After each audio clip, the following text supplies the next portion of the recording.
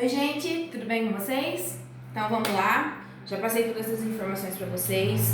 Qualquer coisa via WhatsApp ou lá no Google Classroom, vocês entrem em contato comigo que a gente tira todas as dúvidas. Lembrando que no horário de aula, vou ficar online e aí vocês escolhem se vocês quiserem fazer uma videochamada pelo Skype para tirar as dúvidas, se vocês quiserem conversar pelo grupo nosso que nós temos no WhatsApp.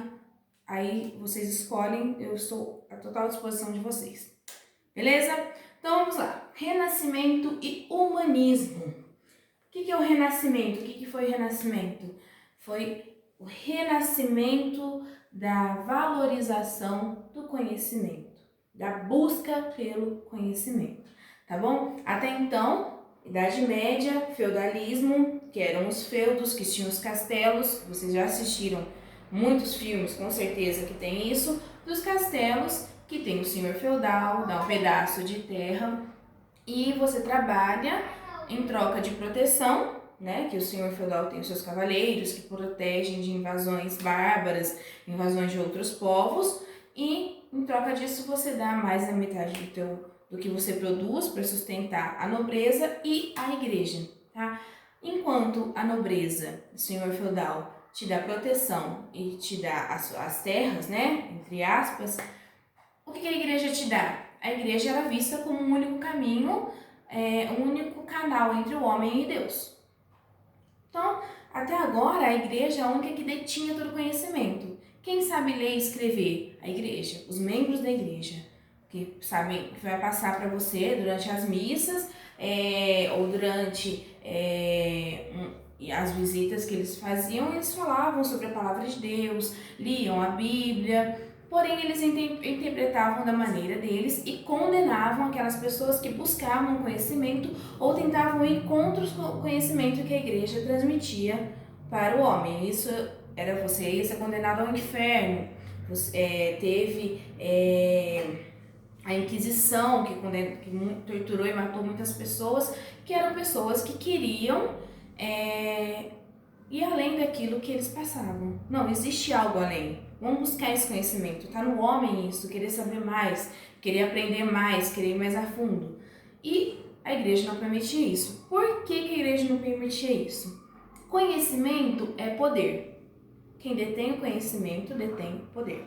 Se vocês já leram aquele livro, viram aquele filme, O Livro de Eli, ele aborda justamente isso.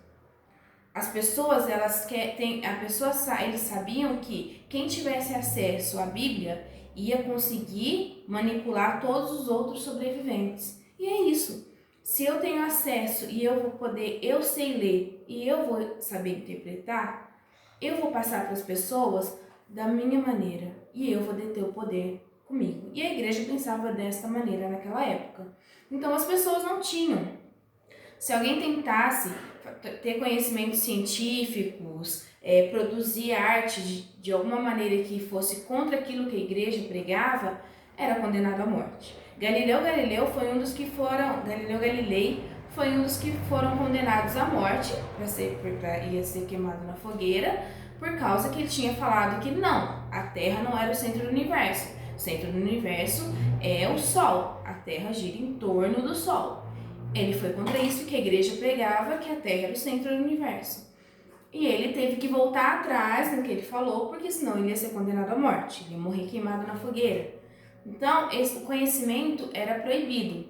Era proibido você ter conhecimento científico, você descobrir novas fórmulas. E, de repente, então, as pessoas começaram a ir contra isso. Mas vamos ver por que eles começaram contra isso, certo? Renascimento e humanismo foi um movimento artístico-científico estimulado pela burguesia. Quem é a burguesia?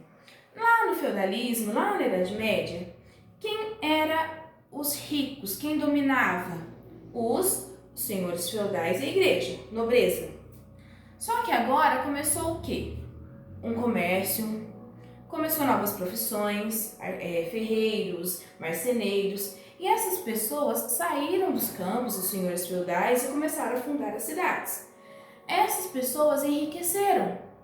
E conforme elas enriqueceram, elas eram chamadas burguesia, porque eles moravam nos burgos, burgos eram os bairros das cidades. E eles eram chamados de burgueses. Quem mora em Burgos são os burgueses. E a burguesia começou a enriquecer. E se ela enriquece, ela também quer ter o mesmo nível que os outros. Não, o meu filho também tem direito à educação, aprender a ler, a escrever. E eles começaram a questionar isso. E com isso eles financiavam os artistas daquela época, os cientistas, os médicos que queriam ir além do que era permitido até então.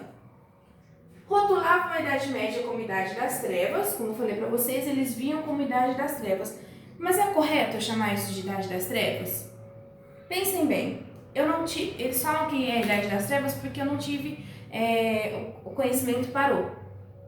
Mas parou? Eu não tive nenhum tipo de avanço, não criei novas técnicas, o homem criou. Ele não criei obras artísticas, a igreja criou. Do jeito que era permitido, do jeito que ela ali fiscalizava, mas teve criações científicas, teve criações artísticas, teve livros escritos. Então, parou? Não. Ela andou mais lentamente. Porém, esse avanço tecnológico, científico e artístico não parou. Então, não é correto chamar de Idade das Trevas. Era um período conturbado em que a igreja detinha esse poder, mas a igreja ela continuava passando conhecimento adiante. Existiam livros, existia leitura, existia incentivo dentro da igreja, entre a nobreza e a igreja, certo? Retorno à cultura greco-romana. Então, o que acontece? Esse pessoal agora, eles começaram, esses novos artistas, cientistas, eles buscaram inspiração onde? Lá na Grécia, Roma, na cultura greco-romana. Por quê? Existiam os filósofos, os cientistas, os médicos, os escritores daquela época, os escultores daquela época, os artistas, né? Então eles buscaram inspiração lá. Outra teoria da Idade das Trevas é isso também, porque eles falavam que estavam no período de escuridão e que eles voltaram à Grécia, a cultura greco-romana estava iluminando, servindo de inspiração para eles nesse renascimento. Então eram as luzes, a cultura greco-romana foi a luz, né, que inspirou eles nesse renascimento da valorização do conhecimento, da valorização do homem. Quais foram as causas que levaram a esse renascimento, deu um empurrão aí para o homem ir atrás do conhecimento? Ressurgimento das cidades, do comércio, como eu falei para vocês, as cidades começaram a aumentar, eu não dependo mais do senhor feudal, certo? Eu agora dependo de mim, eu tomo as minhas decisões. A burguesia e o comércio, a burguesia foi enriquecendo. Antes, o comércio era a base de troca, começaram a surgir as moedas, então as pessoas foram enriquecendo com isso. Troca de cultura, comércio de uma cidade com outra cidade, a gente começa a trocar culturas e com isso você vai expandindo a tua mente, você vai abrindo a sua mente para novos conhecimentos. Centralização política, antes eram pequenos feudos, já conversei isso com vocês, lembra? Eram pequenos feudos. A partir de agora eu vou unificar, vou formar um reino. É onde começa a surgir Portugal, Espanha, França, Inglaterra. Então esses reinos unificados com uma única moeda vão ser muito mais poderosos, certo? E os capitais excedentes? Se eu tenho dinheiro, se eu tenho investimento, agora eu recebo mais tributos, eu tenho uma burguesia que ascendeu, que cresceu, que está rica e que ajuda a me financiar o meu governo como rei, me pagam tributos, me ajudam. O que eu vou fazer? Eu vou investir esses capitais em quê? Vou investir na arte, vou investir na ciência, vou investir nos artistas. Então a burguesia, até o Papa, eles financiavam esses novos artistas que estavam vindo, ok? Esses patrocinadores, eles vão ser chamados de mecenas, ok? Eles eram os mecenas que patrocinavam, que financiavam os artistas. Mas isso a gente conversa um pouquinho no próximo, quando a gente estiver falando sobre humanismo. Quais eram as características do Renascimento? Antropocentrismo, individualismo e racionalismo. Vamos lá um por um. Antropocentrismo. Até então, agora período da Idade Média, o Deus era o centro do universo. Tudo girava em torno da igreja. Era a igreja que dava as ordens, era a igreja que mostrava o caminho, ela era o único canal entre Deus e o homem. Então, era a igreja, Deus é o centro de tudo. A partir de agora, o homem é o centro. Eles começam a falar o quê? Não, depende de mim, as minhas atitudes. Eu sou o centro. Eu conduzo a minha vida. Eu deixo de acreditar em Deus? Não. Porém, eu sou um instrumento. Eu sou o instrumento. Não existe outro canal.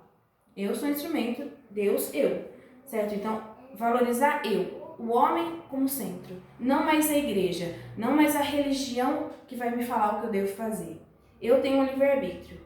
Eu decido o que eu tenho que fazer, o que é melhor e o que é pior.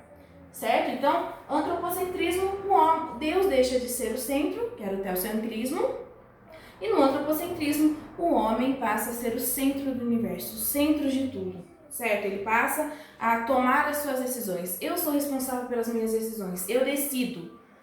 Individualismo. Parece ser que, você é individualista, você é egoísta. Não é nesse sentido. É em valorizar as individualidades de cada um. Certo? Ver o ser humano, o homem, pelas suas individualidades. Eu começo a valorizar o ser humano pelas suas individualidades. Valorizar ele pelo que ele é. E não mais pelo que querem que ele seja. Pelo que desejam que ele seja. Pelo que mandam que ele seja. Ok? E o racionalismo é a razão. Tá? Então, razão. Eu passo a valorizar agora a razão. Antes, o povo tinha que valorizar a fé. Eles iam pela fé. Agora, eu valorizo a razão, o conhecimento, ver para crer, método científico, sabe? O meu trabalho, o que eu penso, o que eu aprendo, o que eu sei. Isso passa a ser valorizado e não mais só a fé. Eu não passo a acreditar só no que a igreja me fala, no que eu escuto falar, no que eu aprendi ali na igreja, que eu tenho na obediência. Não, agora eu valorizo a razão, o conhecimento. Ok? Vou fazer um outro vídeo de humanismo para ficar mais fácil para vocês entenderem e não ficar muito longo. Então, renascimento e humanismo, movimento artístico, em que agora eu vou valorizar o conhecimento. Eu começo a valorizar o conhecimento, a busca científica e buscar melhor para esse conhecimento. Beleza, então? Próximo vídeo vai aí para vocês.